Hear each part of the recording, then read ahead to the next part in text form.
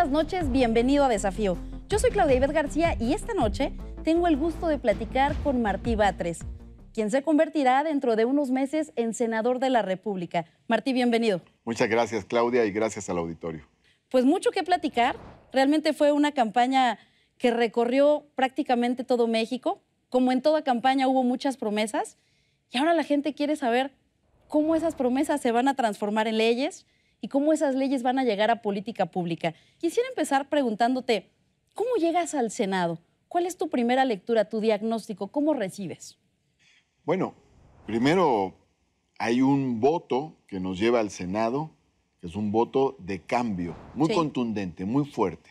El voto de la ciudadanía es, ya no queremos la antigua correlación de fuerza, queremos una nueva correlación de fuerzas, y le da la ciudadanía no solo la presidencia a Andrés Manuel López Obrador, sino la mayoría a Morena en ambas cámaras federales del Congreso General. Ahora, un primer diagnóstico es, en lo interno, el Senado es un órgano legislativo oneroso económicamente, cuesta mucho a los mexicanos. Y desde el punto de vista de sus decisiones, ha tomado muchas decisiones que muchos mexicanos no comparten, que las han cuestionado. Entonces, eso nos obliga a dos cosas inmediatas. En primer lugar, tiene que pasar el plan de austeridad republicana por el Senado. Tiene que costar menos el Senado, tienen que costar menos los senadores, tiene que bajar el sueldo de los senadores, tienen que eliminarse prerrogativas económicas que actualmente tienen los senadores, privilegios, seguros de gastos médicos mayores, disminuir el número de viajes, es decir, tenemos que hacer un ajuste, esa es la primera tarea que tenemos que realizar. Y en segundo lugar, la agenda legislativa tiene que mirar hacia afuera, hacia la sociedad, no en qué piensan los políticos que hay que hacer, sino qué piensa la sociedad que hay que hacer, y eso es lo que hay que retomar y convertirlo en decisiones legislativas. Es decir, el buen legislador por su casa empieza. El buen legislador por su casa empieza. Y ahí debe empezar la austeridad. Lo van a tratar de permear ya como bancada hacia las otras cámaras, las cámaras locales, la Cámara de Diputados. Digo, yo sé que tú vas al Senado, pero si bien es cierto, esta ideología tratarán de hacerla como un ejemplo, un ejemplo a nivel nacional. En todas las cámaras. De hecho, Morena queda como mayoría en 19 órganos legislativos, 2 federales y 17 locales. Quiere decir que se puede hacer mucho ahí y la idea de la austeridad se tiene que llevar a todos. La Cámara de Senadores tiene un presupuesto de 4.500 millones de pesos. La Cámara de Diputados de más de 8.000 millones de pesos. La Asamblea Legislativa del DF, que se convertirá en Congreso Local de la Ciudad de México, tiene un presupuesto de 2.600 millones de pesos. Es mucho dinero. Y ya lo han dicho. Hay que disminuirlo. Y esos recursos que se ahorren deben ir al gasto social y al gasto productivo. Por ejemplo, a educación o a generar infraestructura social para el país. Muy interesante. Y durante todas estas propuestas que tú has planteado, vemos que el común denominador, sin duda, es el combate a la corrupción y la austeridad. Por supuesto, Así bandera es. con la que han llevado todo este movimiento. Tema número 1. Exactamente. Ahora, ¿cómo puede esperar la gente entender esta ley de austeridad republicana? ¿Qué es lo que van a hacer? ¿De qué se trata? ¿Cuál es la ideología? ¿Cuánto tiempo tendrán que a lo mejor planearla? ¿Qué es lo que está detrás de esta ley? Ya como oposición, siendo minoría en la legislatura pasada, presentamos una iniciativa de ley de austeridad republicana. Sí. Ya en el gobierno de Andrés Manuel López Obrador también se aprobó una ley de austeridad republicana para la Ciudad de México. ¿Qué contenía?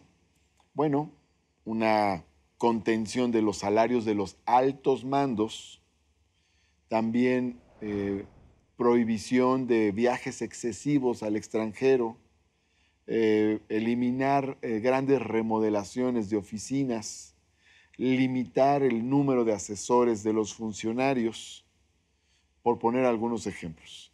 Entonces, se trata de reducir el gasto arriba, el gasto del poder político, para que esos recursos que se ahorren se vayan hacia abajo. Ese es el principio.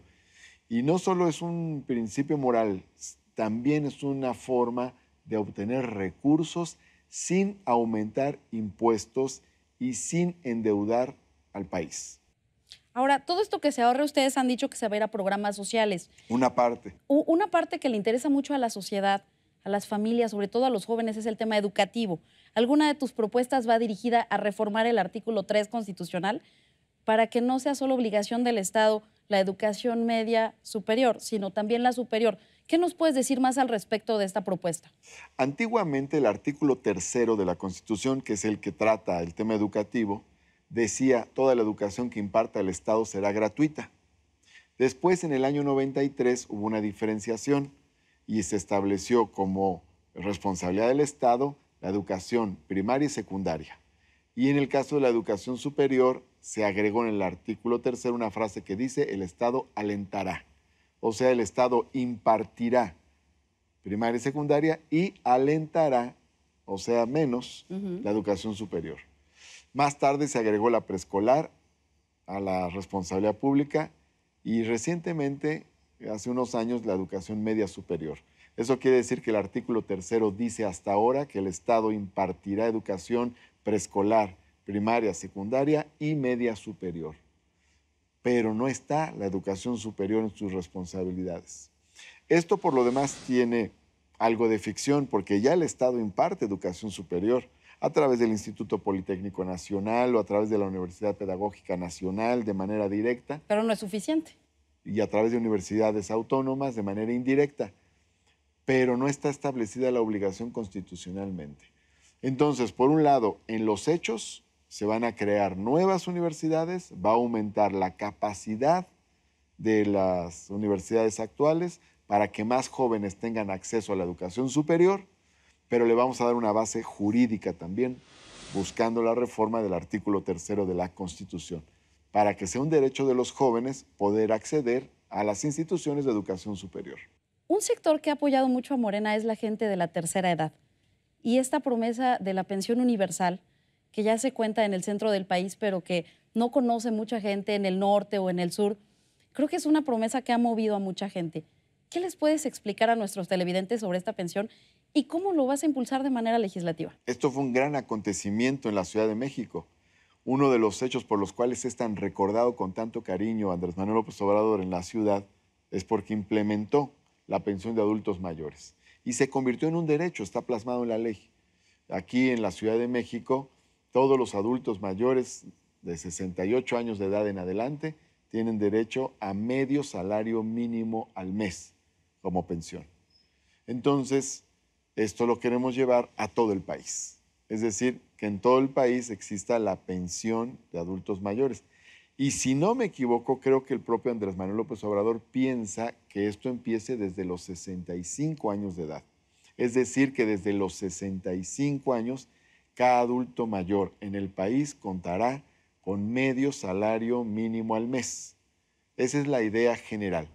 Actualmente existe un programa, creo el de 70 y más, o bueno, no sé cómo se llame ahora. Existe un programa federal dirigido a los adultos mayores, pero no es medio salario mínimo al mes, sino como la cuarta parte de un salario mínimo.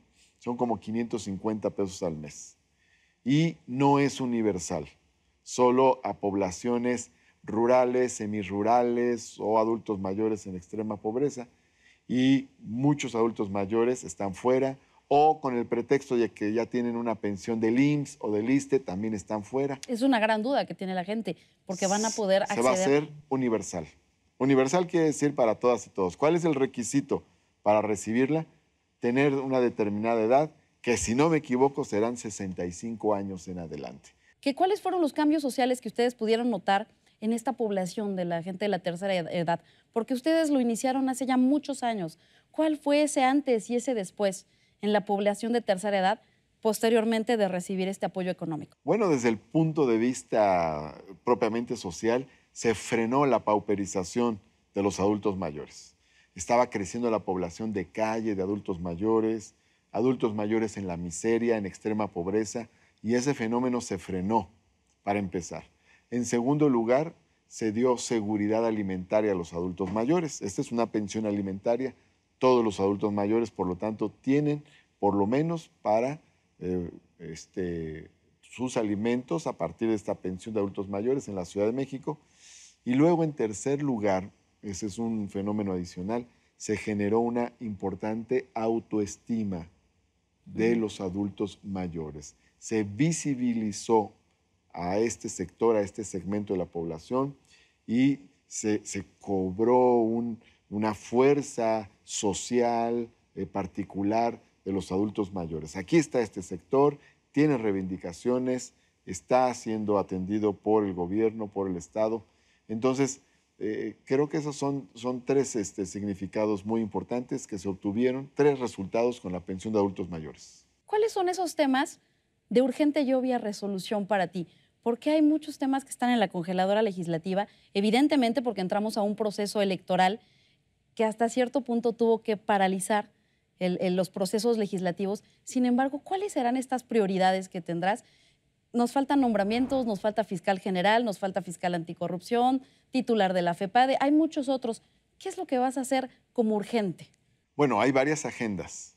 Para empezar, tomando en cuenta que el Senado empieza a trabajar el 1 de septiembre, el punto número 1 de manera cronológica es su propio plan de austeridad.